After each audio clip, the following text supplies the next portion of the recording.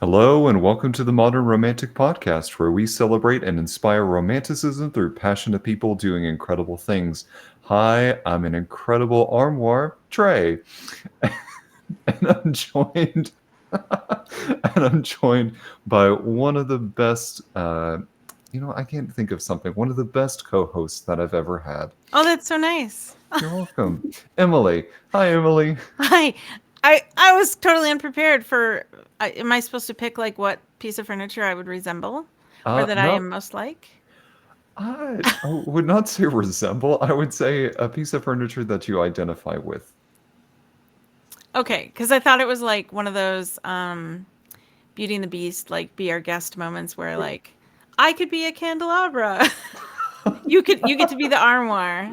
I do get it. Oops. Well, the armoire did sing opera, so I mean, it just kind of fit. This is me. I'm a candelabra. Let me find some makeshift doors. One second. You'd be like, You can't see me. All right. I am really excited to talk to our guest today. Emily, will you please introduce our guest? of course. Tonight we welcome Jennifer Costa, an artist and professor whose work blurs the line between sculpture and function, which I think is really cool. She's influenced by Art Deco and Art Nouveau, and her designs evolve with each piece. And she is a professor at Illinois. Oh, I'm going to get it wrong. Illinois Central College. Anyway, Jennifer, welcome to the show. Thank you for having me. I really appreciate it. Thanks so much for being here. Uh, Oh, go ahead. no, truly one of the things that I like. What drew me to your work in particular was the fact that one, you used Art Deco and Art Nouveau, which are two of my like really favorite art movements. Same. Um, Backing up just a little bit though, how did you even get started in art in general? Well, that is a very good question. Originally, my grandfather was a cabinet maker many, many, many years ago. He was originally from Massachusetts and New Bedford area, and so growing up, he was always building things and doing things. And my dad had always told me that, your grandfather, he was a cabinet maker. He did all these great pieces. And so it kind of, my grandfather taught my dad some stuff, but then my dad was going to the vocational high school. So he was going to go into woodworking. And then he wound up doing something totally and completely different in college. So it was just that idea of coming from not necessarily an art family and art background, but a maker background. My parents bought a house that was built in 1910 when I was in middle school. And so they fixed it up and everything. So it was we're going to go and spend the weekend fixing up this house and doing things. So here's a hammer, go do this type thing. So it was always instilled in me that, yes, you can use power tools. Yes, you can do this. Here, we need your help with this. Let's do this type of thing. And then my mother always, when I was a little kid, whenever we would go over to friends' houses or things like that, because my brothers were always older than me, that I went along. And so my mother always had things for me to do. She'd always got me coloring books or like crochet hooks or just something. So it was the start making stuff to keep occupied. And that just kind of led into the really enjoying making art. I love that it was the thing of like go make something and not just like occupy your time, because there could be like distractors, but the fact that you actually made something physical from that work, that's really incredible. Yeah, absolutely. So how did you find your way into Art Deco and Art Nouveau, or what attracted you to those art movements? Well, I'd always liked the idea of functional work. My degree is both my undergraduate and my graduate degree are in sculpture, not necessarily furniture design or woodworking or anything. So I am from North Carolina and from Asheville area, and it is a big arts and crafts kind of area, and historically, and still is. So it's basically a lot of artists are there. And it helped that there was this idea of artists making functional pieces like pottery and quilts and things like that that you could use. So that led into my desire to make something useful, and probably going back to my grandfather always making things that were useful, like cabinets and sewing cabinets and things like that. And just the idea of Art Nouveau with the lines of it. Like, I like Art Nouveau and Art Deco, but Art Nouveau is like it's there for me. And then like arts and crafts is there for me. I've always been fascinated with things like the wallpaper designs with William Morris, and just the curvilinear aspect of it. Like, I do like making work that leans more towards like deco and like very square, but there's something about that curvilinear piece that like you have to stop and look at it, and just the design of the utilitarian things. And so Art Deco and Art Nouveau were very much a style that everything was functional. I mean, we had like the decorative arts, but there were still things like, look, here's a teapot and it is beautiful, and yet it is functional. We can use it. So it's the ability to have things that look nice and be functional, instead of let's just deal purely with that functional aspect of it. The thing that I like about Art Nouveau so much is really kind of rooted in like Alphonse Mucha, where there's so much symmetry there. But the thing that helps break it up are those little extra like filigree movements, or the way that the figure is posed on that page. So you get something that's almost perfectly symmetrical, but at the same time, it's broken up just a little bit by all of these like slightly added elements to things. And so when it gets translated into the real world and you get these like almost symmetrical pieces, but then there's just something that's so natural about it. For me, that's what makes me stop and go, ooh, okay.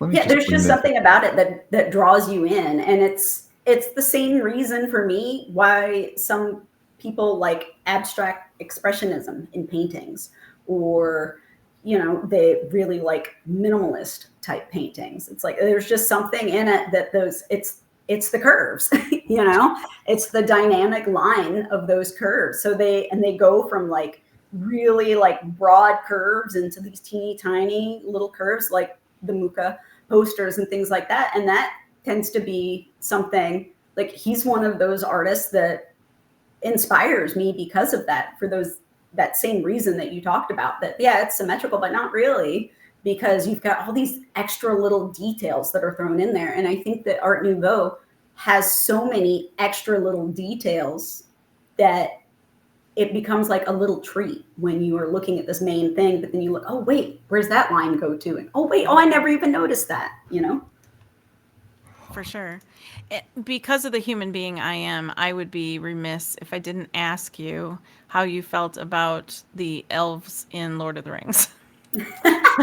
Well, that's a good question. I don't know, because I saw them such a long time ago. Okay. And I'm not, honestly, everybody will crucify me, I'm not a big fan of Lord of the Rings. We will forgive you because you are involved with what you do. I appreciate it. Thank you. It's mostly because a lot of people compare the elven style and their architecture and their furniture and their dress and everything to Art Nouveau, and the dwarves are say it's a nod to Art Deco in how their like structures and things like that are, and just generally their aesthetic. So because of that, I thought I'd bring it up, because I thought maybe these were things that resonated with you somehow. Well, I mean, I could see it, because like Art Nouveau, to me, it's imbued in nature, like with all of the plants and things like that. So that's going to be much more nature oriented. And whereas Art Deco is very like, it's industrial. Yeah, and that matches who the elves and the dwarves are in those stories. So that makes sense.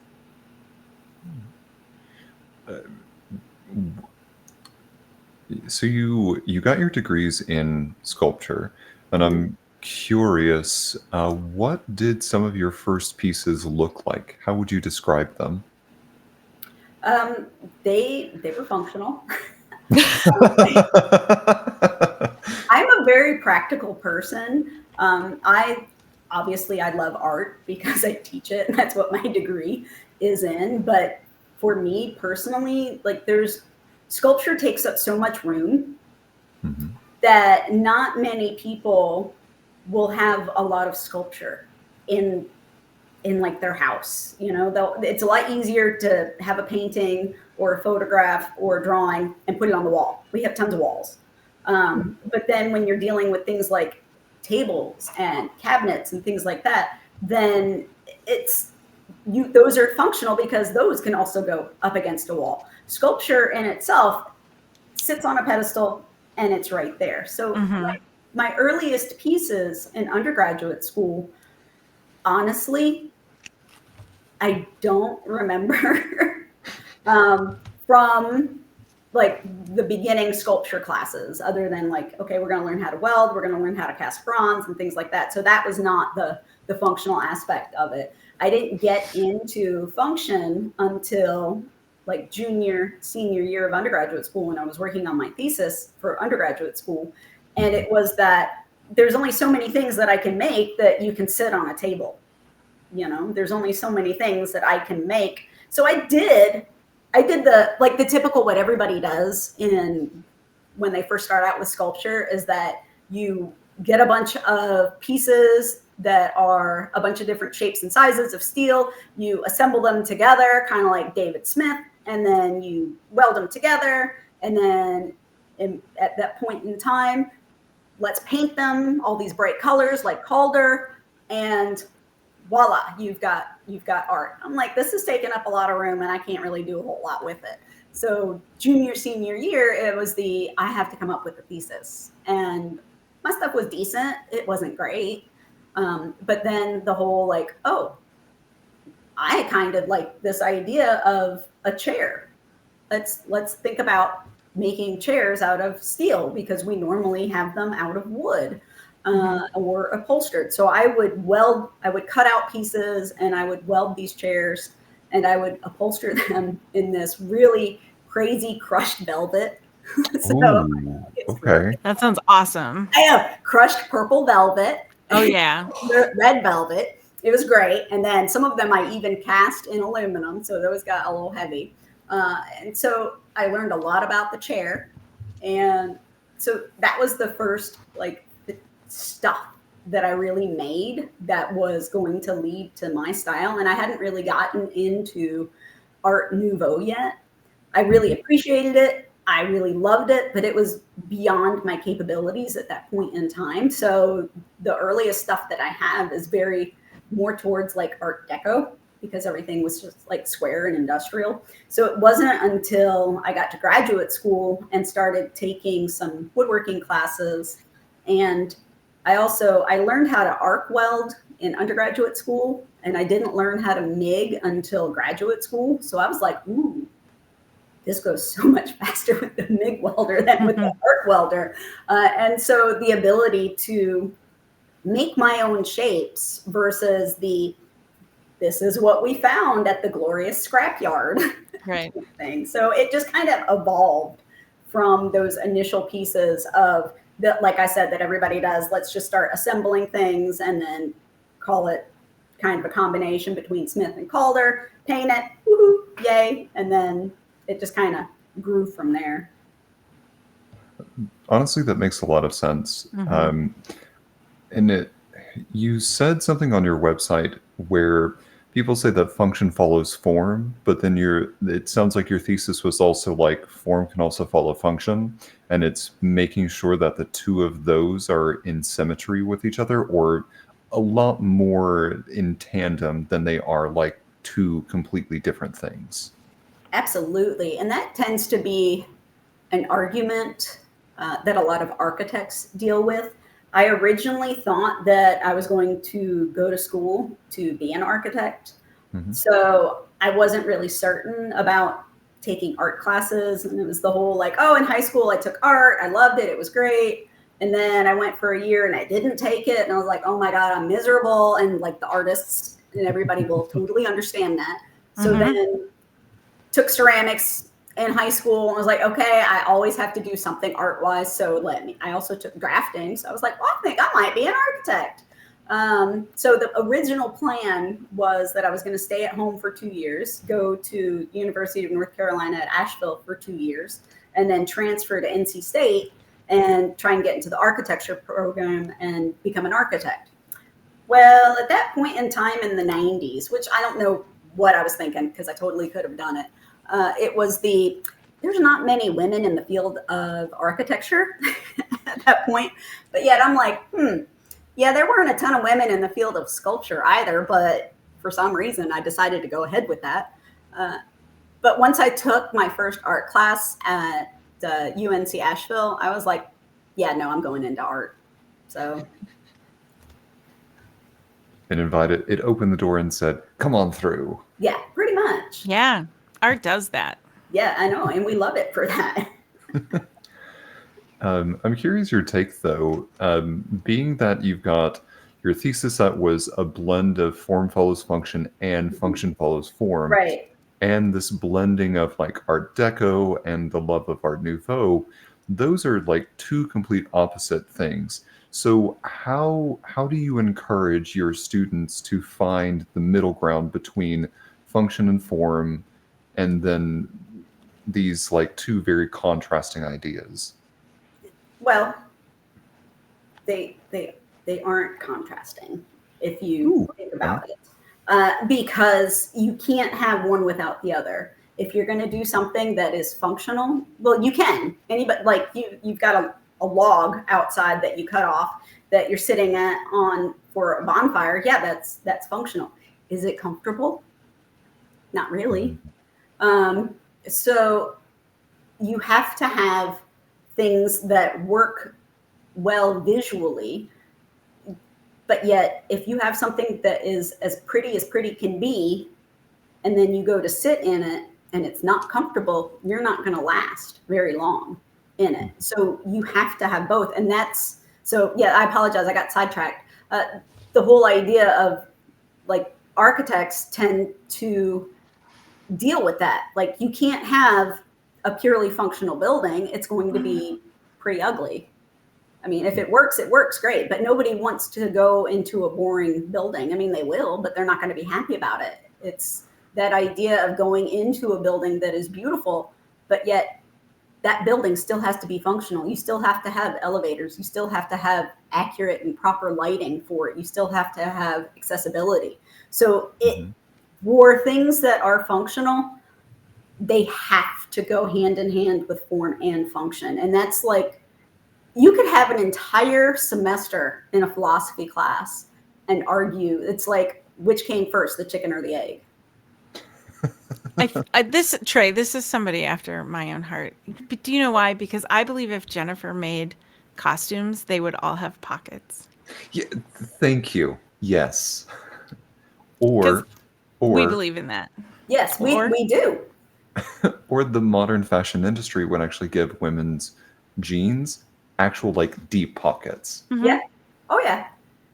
Yep. I was actually talking to somebody at school like that the other day. I was like, look at my pocket. It is that deep. That is not functional. It goes up to my first knuckle. I was like, my phone's going to fall out. He's like, just get jeans that work for you. Just get them. You're fine. Yep. But where? Right? Where? At some point, you're buying jeans like Ariat or Carhartt just to get pockets. Right. Exactly. Thank you to those brands, by the way. Yeah. And Carhartt, I'm sorry, but Carhartt, I love their jackets for women because I'm short. Okay. I am like 5'1" and a smidge over. And so every jacket that I get, like the sleeve is all the way down to here and whatnot, and it's too long. So they actually make them and they fit me. And Oh. they have pockets on the inside. So you can, like, I don't know, put your phone in it and not have to worry about it falling out. And I don't know, have pockets for your gloves and stuff. It's great. So they at least get that whole, like, form and function have to work together for us. So I'll ask, I'm going to caveat the original question. For those students who come in with tunnel vision on either side, how do you get them to see the form? How do you get them to see the function? Good question. One, it depends upon the assignment. And two, like today we just had a critique on a cardboard assignment, and it's one of those assignments that actually came out of COVID. And I was like, oh, great, let's cut up some cardboard. So it's teaching them how to cut cardboard and glue it together and assemble it in the style of David Smith. And I tell them that this is purely a non-objective piece. So we are dealing 100% with the form. There is no function to it other than the enjoyment of art. There's no like useful purpose in terms of like a cup that you drink out of, or a chair that you sit in, or a table that you sit at. But craftsmanship wise, it still has to be good. So leading into that whole like form and function, that functional aspect of it deals with kind of the craftsmanship aspect of it. If it's something like this that was non-objective, you have to make sure that it's not going to fall apart. So if you make a chair that is functional, when somebody sits in it, it has to fit them. It cannot fall apart when they sit in it. Otherwise, bad things happen.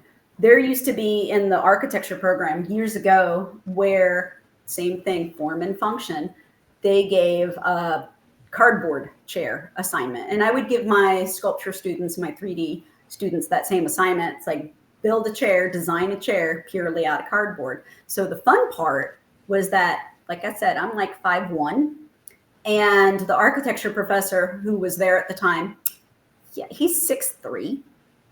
So there is a huge disparity between our heights. So he would tell his students, by the way, Jennifer is going to be here for the crit. It has to fit me and it has to fit her. So that means I don't want my feet dangling above the ground, and that it can't be too low that he sinks to the floor.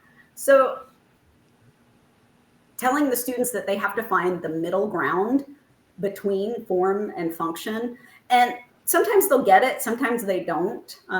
It's one of those things that I teach at a 2-year college, so I have freshman, sophomore.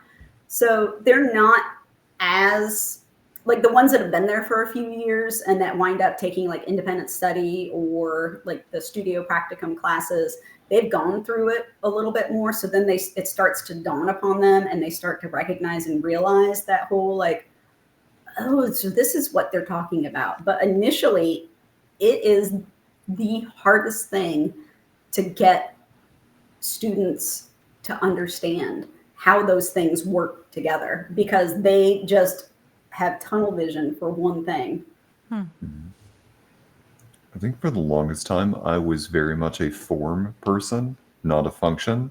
And then, I don't know what was the switch, but I can recognize appreciating both sides of the conversation. And it tends to be a lot harder. Some people will never get it. I am never going to be a painter. I am never going to be able to make a good composition on a canvas. I can make a decent composition, but I'm never going to be able to do the things that the painters that teach painting at school can do, because that's their field. Whereas they're going to have a harder time understanding form and function, because it is a very sculptural concept. It's even Alexander Calder with his mobiles, they had a function, they had to turn. So he had to work with that form to get it to where it was balanced enough to where it would actually spin and rotate like it was supposed to, and it wouldn't do this, you know? Mm-hmm. Interesting. So I'm curious, Emily, from your standpoint, you called out pockets a little bit ago, and that's Yeah. mostly like from the sewing standpoint. So there is both form and function. What are some other form and function things from a sewing aspect that maybe we haven't talked about, or we as a general public haven't really considered? Oh, that's interesting. Well, our clothing has evolved in this day and age to where it's more function than form. Mm-hmm. I guess like fashion pushes those boundaries, and we have things like, Alexander McQueen, who does both well, who's no longer with us, but you get the idea of modern runway with its avant-garde shows tends to do that, and that's kind of what I loved about some of the recycled designs I did, because I could go over the top like that, or that's kind of what I liked about the wow factor was I can make something that no one would ever wear on the street, but it was over the top beautiful, and it didn't have to have pockets, but it still had pockets because I believe in that wholeheartedly. They could be hidden perfectly. Yeah. Mm-hmm. So you look at like some of these. I want to say there's some meme out there with I want to say it's like Kanye or some rapper that's wearing like a crazy oversized scarf. And like, it's insane. Yeah, it's going to keep you warm because it's bigger than your comforter on your bed. But like, I might be wrong on this, on who it was, but there are things like that where it's like, okay, we've done this for the sake of beauty, or we've done this for the sake of fashion. They say fashion isn't comfortable. Like, if you're really into it, you wear an uncomfortable dress or an uncomfortable suit or an uncomfortable garment of any kind one time, and you understand then that this one's form over function. Because I'm pretty, but I'm super uncomfortable, and I hate myself for choosing this, or a bad pair of shoes. Like, the shoes don't fit, but man, are they glorious. They look great. Mm-hmm. So I think we can run into those things fairly easily, but we definitely don't do it as often as I think at some point in history we used to, with things like a hoop skirt, or some of the more outrageous like shoulder pads of the 80s became like you can still wear the jacket, but like it has these big shoulder pads. It takes more fabric, it takes more design time, it takes more it's more expensive. All of these things take more. Just like architecture, it takes more to make a cool looking building than just a box that you can put some, people into work for a day. So I believe it probably exists in a lot of art as well, not just clothing. Clothing just happens to have a lot of function too. Right. I'd say that. I'm still, I mean, so I'm more or less just now, it's becoming more of just a thing to kind of recognize. So I love that we're having this conversation to kind of spur this focus on, can it be both? And yet it sounds like, yes, it can. We just have to be very cognizant of that as we look at through these different pieces of art. Let's see. Fly tying is a form of function. Archer in our chat says fly tying is a form of function. Is a form and function exercise. I will get this right. It's got to look right, as well as float or swim right, and hold up to being dunked in the river. Very true. Very true. Yeah, it's got to look enough like a bug for a fish to eat it, or whatever it is you're trying to make it look like the fish will eat. Right. Yeah. It's something that, like, I've been dealing with this whole idea of form and function for a long time. So for me, it's not necessarily a new conversation. Partly because I think that my degree is in sculpture. They're like, okay, that's nice. It's functional. However, you need to make sure that it would still pass as a sculpture, that has good form, even if you never use it. I'm going to say something controversial, and this is about music. Okay. The reason this has spurred something in me because I have an aversion to very modern music.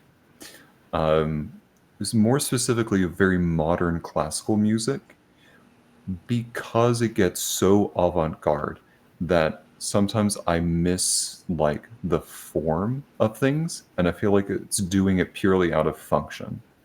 So like atonal music, or where there's not really an underlying like thematic quality to it. It's just being for more or less weird for the sake of being weird.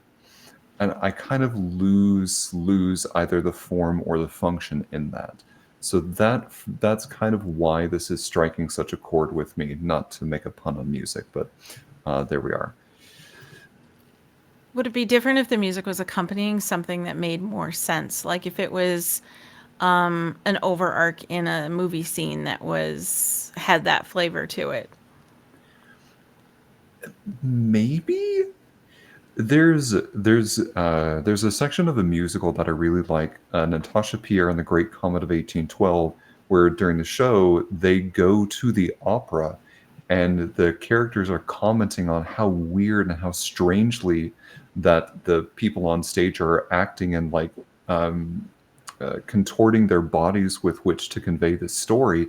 And underneath, you get this underscore of some of the weirdest music I have ever heard. And it works from like just listening to that section. It works, and I can see what they're doing on stage. But if that is the entirety of the piece, no. Okay. That's kind of where for me that line kind of gets crossed. So if there's no context for you. Yeah, I would say if there's no context or it doesn't help the storytelling of the piece, mm-mm, no, no thanks.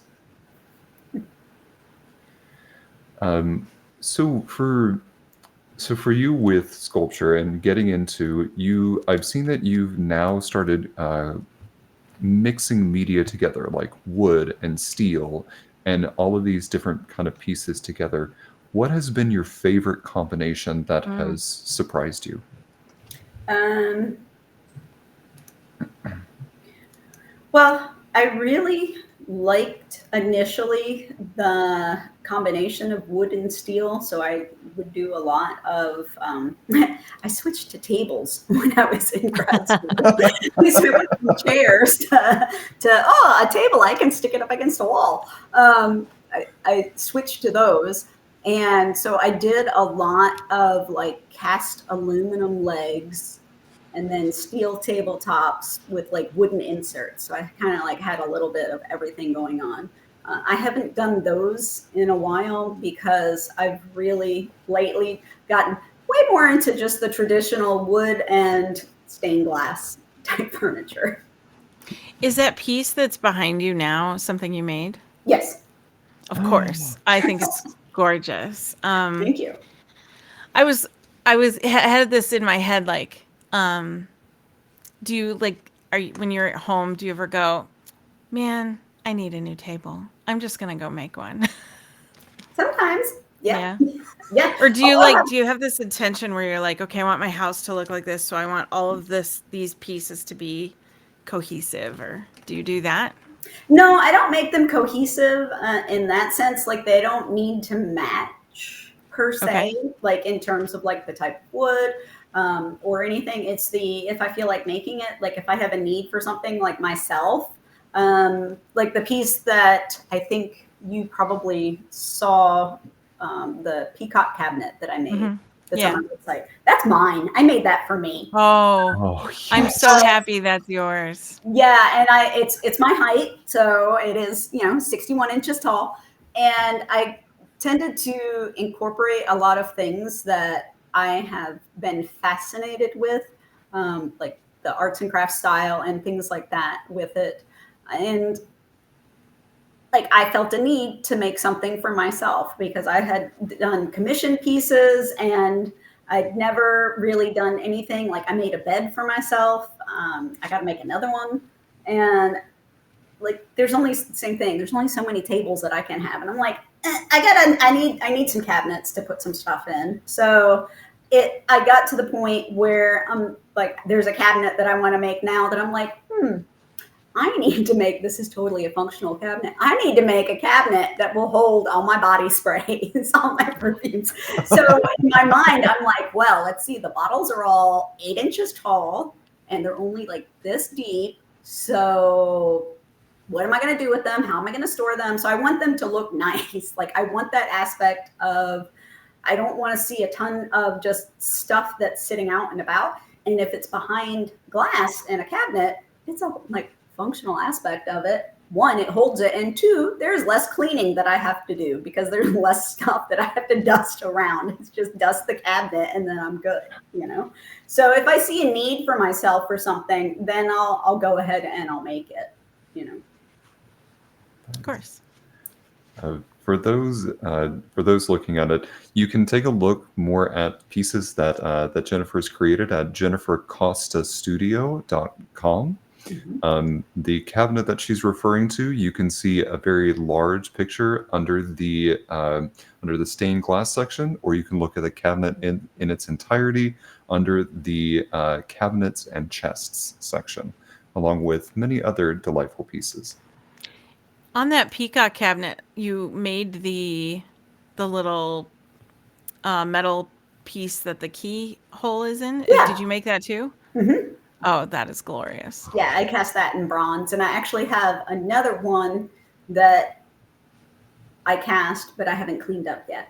And I don't know what it's going to go on. I just know that I will put it on something at some point in time. And I tend to do that too, where I'll have this idea, like when I teach sculpture, I'm like, oh, we're going to do bronze casting. Then I do a piece. So that way I can show them how to gate it and how to invest it and do all of that. I'm like, well, if they're making something, I may as well cast something myself. And I don't have any idea specifically. I just go, I like this design. And then sometimes I will design an entire piece around whatever it is that I wanted to cast, you know? So sometimes it'll sit for, 3-4 years until I get around with an idea and go, oh, that's what I want to do, you know? So I don't force it. It happens to us too with fabric. Yeah, right. Literally I gonna feel say like, the oh my same God, I thing. love this, but I don't know what I want to do, what I want to make yet. Yep. But I have to have it. So yeah, I know. So stained glass, was that something you learned in school? Actually, no. I first learned going back to my parents bought a house that was built in 1910. Yeah. My dad used to work for Owens Corning when he was in his 20s. Yeah. And so he learned how to cut glass and things like that long, long time ago. And so going back to trying to help out with fixing up the house, this window pane is broken. Here's how you cut glass. So he showed me how to do that when I was in like the 7th grade, maybe 8th grade. No, I think it was like 7th grade. So I'd never, I did that, did the panes, did all the glazing, all that kind of stuff that I helped out with. And then I never touched it again until maybe about 12 years ago, something like that, maybe 15, maybe wow. 15, I can't remember. And it was just one of those things like, I really like the stained glass that, Frank Lloyd Wright, and with like Chicago area with all the Frank Lloyd Wright houses and his studio, and then Green and Green, that you'll see a lot of glass work for them, like falling back into that whole, like my fascination with architecture. I'm like, ooh, that looks so pretty. I would like to do that. I can do that. I know how to cut glass. And so over the years, he's told me like how to do things in glass and whatnot. And like he showed me how to solder like for something else. And so it just wound up leading and building into it. And that's actually one of the things that I have my students do every semester. It's like they like it at the end, but they hate it when I give it to them. I call it the learn a new skill. And they have to completely research, like pick some kind of a skill that involves 3D, and you'll like this because sewing is there. So they can hand sew, they can sew with the sewing machine. I've got a student now that he's going to learn how to sew with the sewing machine. And I'm like, that's great, but you have to research it and they have to learn the history of it. So they have to look up the history of sewing. All right. They have to learn the sewing machine. I'm like, you don't need to learn every single little thing, but you need to know what a bobbin is.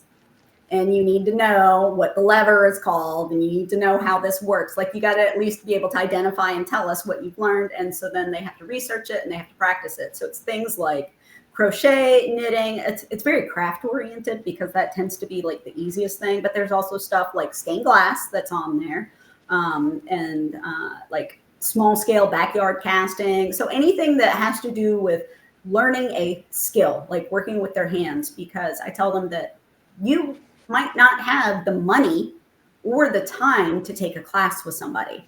So we have this glorious thing called the internet, and we have books and magazines, and we have tutorials that people have done. So me learning stained glass was taking what my dad had shown me about, you know, like soldering stuff and about cutting glass, evolved into the, I really want to learn how to do that. I don't have time myself, and I don't know in this area who's going to do it. I can figure this out. So it was the reading the books, it was watching the videos, and it was a lot of like trial and error. And so that's, you know, how that came about. I love that, because you're not just teaching a skill, you're teaching a mindset to learn skills, which is something that is invaluable. Right. It's like your button fell off. Now you know how to put it back on. Yeah. Instead of like, yeah, I don't know how to fix this hole. No. But I can go learn how to have the skill. And then that's the thing that I think it wouldn't hold anyone back from being able to go learn anything then, because you've just opened that door. And right. That, I think, that's awesome. And then it's a lot of fun because I make them do like they have to check in, like they're doing the research now, then they have to experiment. They can't just like expect to like bust out a blouse, you know. I had a student one semester that she went to Goodwill and got a bunch of clothes, and that she wound up figuring out how to hem them to fit her. And so it's something as basic as that. I'm like, you learned how to do something on your own. You know, yeah. There's a lot that I know how to do. I can sew. I'm not great at it, but I know how to hem my pair of pants, and I can make a quilt, and I can do like the basic stuff. It's like nobody's going to show you how. You're not always going to have somebody that can show you how to do stuff. And it's like, don't be so helpless. And so at the end of the semester, they get to put together a little PowerPoint or Prezi or PDF presentation where they go, this is what I learned about the sewing machine. This is the history of it. And look, I found this really old photo of this really old piece that was crocheted, you know, and then they show us the experiments. And then at the end, this is what I made. And everybody's like, oh my God, that's so awesome. And it is fun because at the end, they're like, yeah, I did that. And I'm like, it's adult show and tell.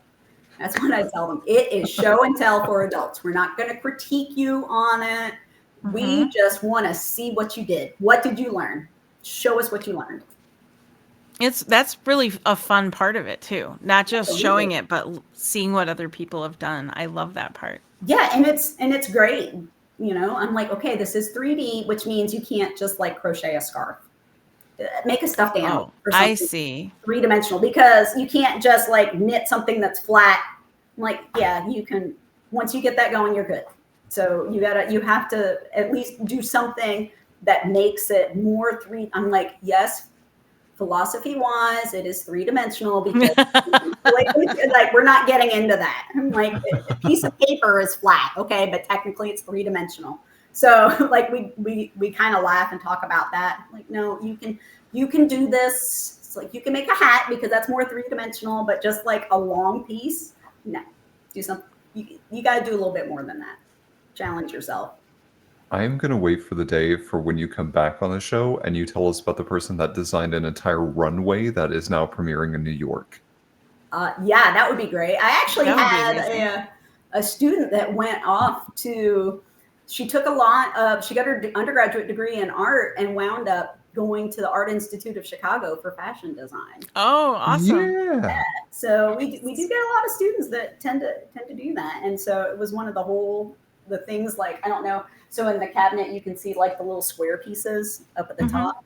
I told her that, and you can, feel free to disagree. But I'm like, a blouse is a blouse, and it could be like amazing, but sometimes it can be too over the top. And sometimes just the simplicity of like the embroidery on the sleeve or the embroidery on the collar is what will make it. And if that's that extra little thing that can go into that piece, it'll elevate it, which falls back into that Art Nouveau. It's like that extra tiny little thing that's off to the side that like, oh, it's great, it's beautiful, it's amazing. But then you're like, oh my God, look at that like dragonfly that's down here that you didn't notice, that you really had to work with it and pay attention to it. Like that little tiny thing down there will make that piece. If it wasn't there, then it wouldn't work very well.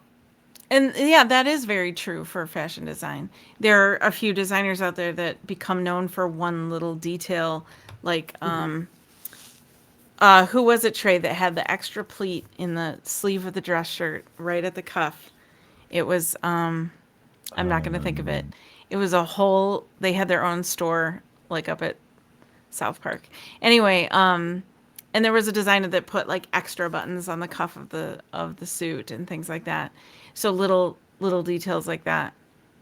Was it Pronto? No, it's its own brand and store. It's kind of like Johnston and Murphy for shoes, but these were like clothes. Right, it wasn't a brand that I'll think of it. Okay. Well, we'll put it up on Patreon after. I can't believe I even brought it up, not being able to think of the name of it. But little details like that were like, so when it becomes recognizable too. So like if somebody walked in with that dress shirt and I saw the pleats, I would know what brand they're wearing.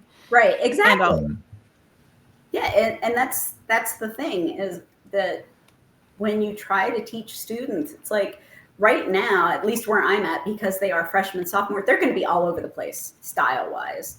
Like it's not until you get to be a senior and you start developing a thesis, and when you get into grad school, that you really develop that you want your work to be known. That I recognize that piece. We can recognize a green and green like piece of furniture. We can recognize a Mucha poster. We can recognize these things. We don't even need to know. We can recognize a Toulouse-Lautrec painting because of that particular style. They aren't doing it, or didn't do it, to where, okay, I have this formula and I know that it was successful, so I'm going to keep doing it. It's a style. It's like you grow into that style, and your style changes and evolves as you yourself evolve as an artist. Yeah. It was Brooks Brothers, by the way. Oh. Yeah. Dang. Yeah. Wow. It's just, I every now and then I would see somebody with this extra pleat and I'd go, I know where you got that shirt. Yeah, right. Not to call them out or anything, just it was kind of this neat little detail that became recognizable to me. So yeah, absolutely. It's kind of like when you see, as well as fashion too, like you have the like the Alexander McQueen, or you have the different designers where they're known for this particular style, Christian Siriano, and right. My mind's going blank at some of them, but in my head I know. Why can't I think of names tonight? I don't know. I don't know, but I do tell my students sometimes, they're like, I don't know if I could do this, and I'm like, make it work. Yes. Yeah. Well, who cares if you don't make it work? The question is, what did you learn? And you learned all of these things that will make you better. So even if you're not totally proficient at the end, what did you learn? Yep, exactly. When I do a critique with students, that is the last question. Like, it's always the same formula in my class. Like, what did you like best about this project? What do you like the least about it? What is successful? What do you need to resolve? And then the very last question, I'm like, in famous last words, if I had to do this project over again, I would, like, how would you approach it differently? Because I tell them that in order to be like a really good artist, it's not about getting your piece perfect the first time. It's the learning from it and going, you know what, this is a good design, but next time I should do this because I think that would be really cool. And it's like, and it's not that what you've done right now isn't cool. It's a successful artist is going to always want to push themselves to better themselves, both technique wise and like visually, like artist wise, like art wise, like what they make. They always want to get better, better, better. Because if you're content to just like throw something out there, then what's the point? Yeah. Stretching and growing is part of the process. Yeah, it's the challenge. Mm-hmm. You look like you were about to say something, Trey. I have something pondering in the back of my brain, but it's not a fully fledged statement or question. So we will let it come to fruition first. I want to know, like, because you deal with a lot of beginners. You deal with people who are just starting out in this journey. What is some of the advice you end up giving out the most, or maybe what you see as the most valuable? Well, just what I saw today. Don't be so hard on yourselves. Like that, like everybody, when they're first starting out, they have this idea, this vision in their head of what they want to do, but yet their hands don't work well. Like they work, but it doesn't, like there's a disconnect between what they see in their brain and what they can physically do. Like you can't do that yet, and that is okay. But don't get frustrated at not being able to do that yet. So don't be so hard on yourself. That being said, there's also the society, like we're so instant in our society now. Like the joys, like who would have thought like 20 years ago that we would be doing this? Like sitting in front of a computer and then, oh, look, I got a webcam and this is great. We can do this. Whereas, undergraduate school for me, it was the oh my God, the internet's a big thing, dial up. And then it's like you're waiting and you're like, oh my God, this is great. And you're like, no, like for years, it was always the nope, slides, they're going to go away. It took like 30 years for slides to go away and for the digital camera to be accessible. So give it time. It'll be fine. Don't be so hard on yourself, but yet hold yourself at least to standards of craftsmanship, and not in the sense of it has to be perfect, but that you will try to do the best that you can. And don't use the excuse, well, I tried, as the cop out for not really trying. And don't this rush of trying to get something done as quickly as possible. A good piece of artwork can, I don't know, you can spend 200 hours working on one outfit, but you don't really want to be spending 200 hours. But maybe 20 years ago you would, but you've cut that time in half, or even to where it only takes you 40 hours now that took you 200 hours years ago. It's so don't think that you have to rush through something. It's so instant that they don't want to put the time into doing something really well. Well, I have work and I've got all these other classes and I have this. And I'm all I hear are excuses, and I get it, but don't spread yourself so thin. So it's like this teeter-totter of cut yourself some slack, but yet hold yourself to a higher standard kind of thing. It's you got to figure out how to balance those things right now in your life. And yet you still have family that you have to deal with. You still have work to deal with in order to pay for school and all that kind of stuff. So it's the work on early on, trying to balance all of that and try to figure out what works best for you. And I'm you know what? Not that I condone getting C's in your classes. It's but if you're going to go into the field of art, you shouldn't be happy with a C in an art class. That's just how it is. Get the C in your English class. And if I were an English professor, and I would be don't you dare get a C in English class, get a C in the art class. You have to focus on the things that are the most important. And if you're going to get a degree in art, then art is what's important. And the only way to get better is to figure out that balance. If it matters, you'll find a way. Yeah, exactly. If it's important enough to you, you'll do it. If you have to stay up till 2 o'clock in the morning, hopefully not. Hopefully you budgeted your time a little bit better.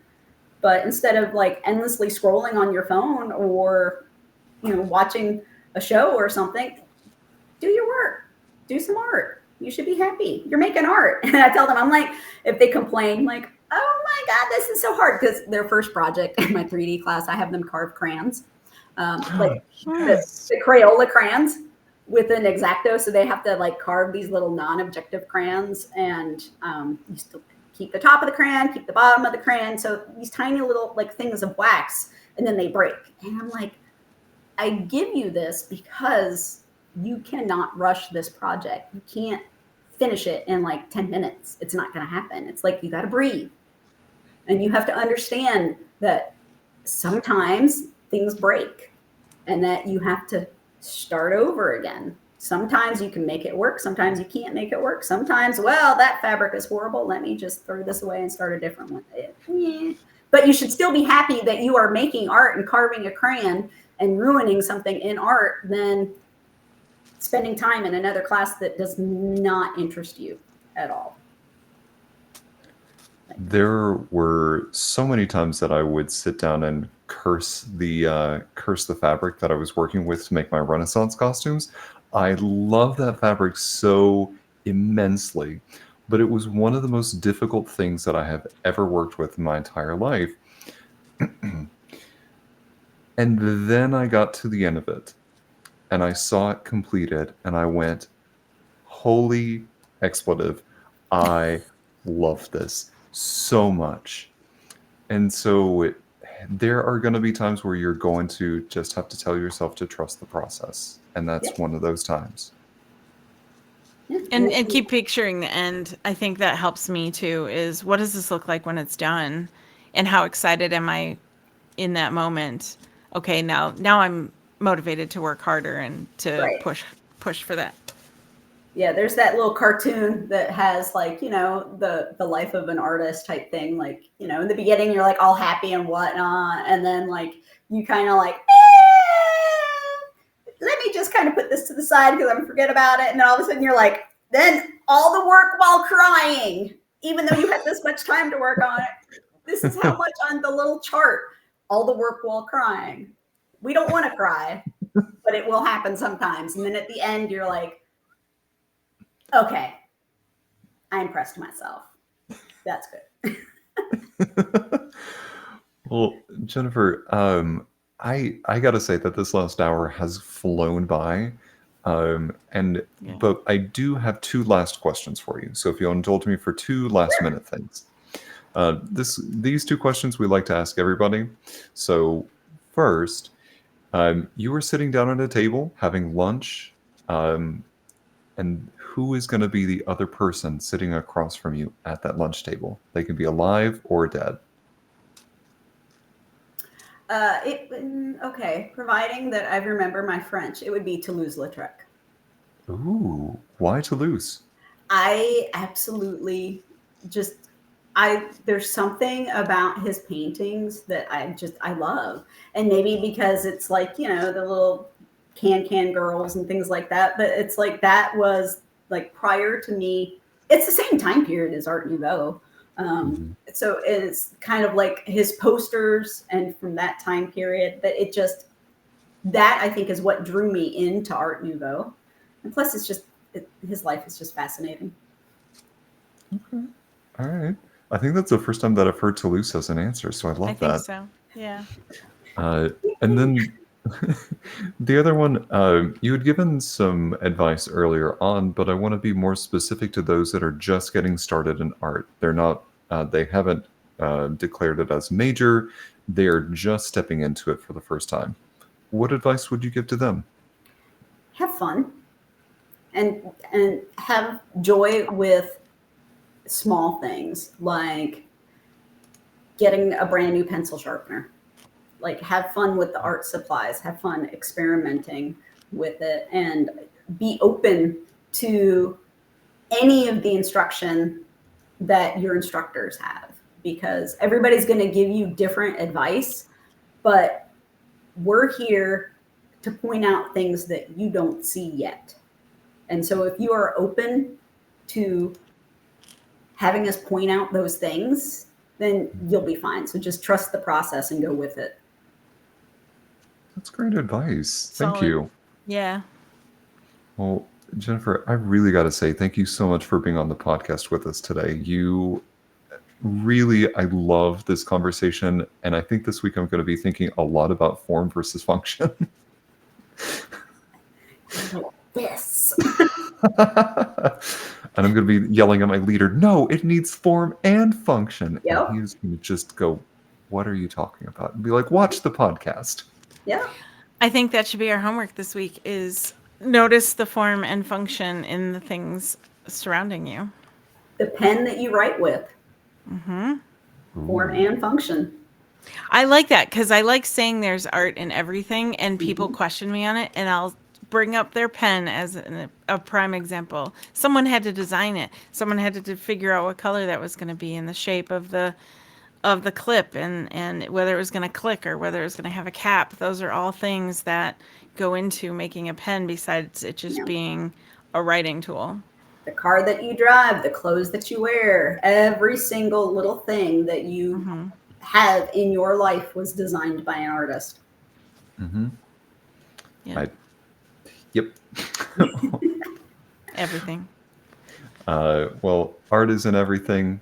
Art is in you. So thank you so much for tuning in to watch us here at the Modern Romantic Podcast. We want to let you know that you can find additional conversations and behind-the-scenes content on Patreon. Follow us there under The Mod Rom. Thanks again for tuning in. Have a great evening. And remember, art is in everything. Bye, everybody.